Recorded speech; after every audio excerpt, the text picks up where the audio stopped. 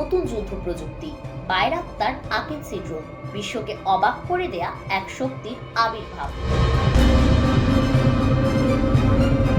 তুরস্ক সমরবিদ্যার ইতিহাসে এক নতুন অধ্যায় রচনা করল। বাইরাক্তার আকিন্সি এই নাম এখন বিশ্বের প্রতিটি সামরিক মহল এবং যুদ্ধের মঞ্চে আলোচনার কেন্দ্রবিন্দু। কিন্তু আসলে কি রয়েছে এই ড্রোনের মধ্যে? 26 ডিসেম্বর 2024 একটি ঐতিহাসিক দিন তুরস্কের জন্য।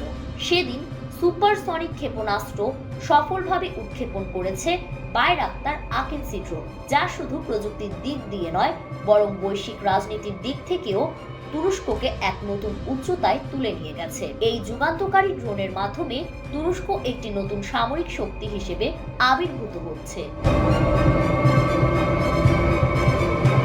সামরিক প্রযুক্তির দুনিয়ায় বাইরাক্তার আকিন্সি ড্রোন নতুন এক দিগন্ত খুলে দিয়েছে।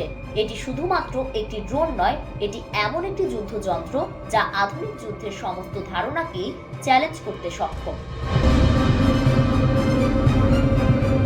আকিন্সির সুপারসনিক ক্ষেপণাস্ত্র এমনকি পলক ফেলার আগেই লক্ষ্যবস্তু ধ্বংস করে ফেলতে পারে। এর গতি, শক্তি এবং নির্ভুলতা একে এমন এক যন্ত্রে পরিণত করেছে যা আধুনিক যুদ্ধের কাঠামোকে পুরোপুরি বদলে দিতে পারে। এই ক্ষেপণাস্ত্রটিতে একটি টিভি সিকার লাগানো হয়েছে, যার সাহায্যে এটি সহজেই শত্রুর লক্ষ্যবস্তু শনাক্ত করতে এবং আঘাত করতে পারে। এটি উন্নত অস্ত্রের সাহায্যে পুনরুদ্ধার এবং নজরদারি থেকে শুরু করে নির্ভুল হামলা পর্যন্ত মিশন পরিচালনা করার জন্য ডিজাইন করা হয়েছে। তুরস্ক কি আসলেই বিশ্বের অস্ত্র বাজারে নতুন এক সামরিক শক্তি হিসেবে আবির্ভূত হচ্ছে? বাইরাক্তার আকিন্সির শক্তি শুধু গতি এবং প্রযুক্তিতেই সীমাবদ্ধ নয়। এর অস্ত্রাগারে রয়েছে স্ট্যান্ড অফ মিসাইল এবং গাইডেড বোমা, যা যে কোনো আধুনিক সেনাবাহিনীর জন্য ভয়ঙ্কর এক চ্যালেঞ্জ।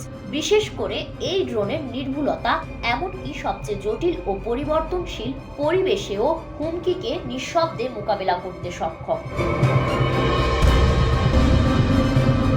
এই ড্রোনের নির্মাতা তুরস্কের বাইকার, একটি প্রতিষ্ঠান যা এখন ড্রোন বাজারের প্রায় 60% নিয়ন্ত্রণ করছে। তাদের প্রযুক্তি দ্রুত উৎপাদন ক্ষমতার জন্য পরিচিত। বর্তমান সামরিক প্রযুক্তির দুনিয়ায় বাইকারের অবস্থান এখন শীর্ষে।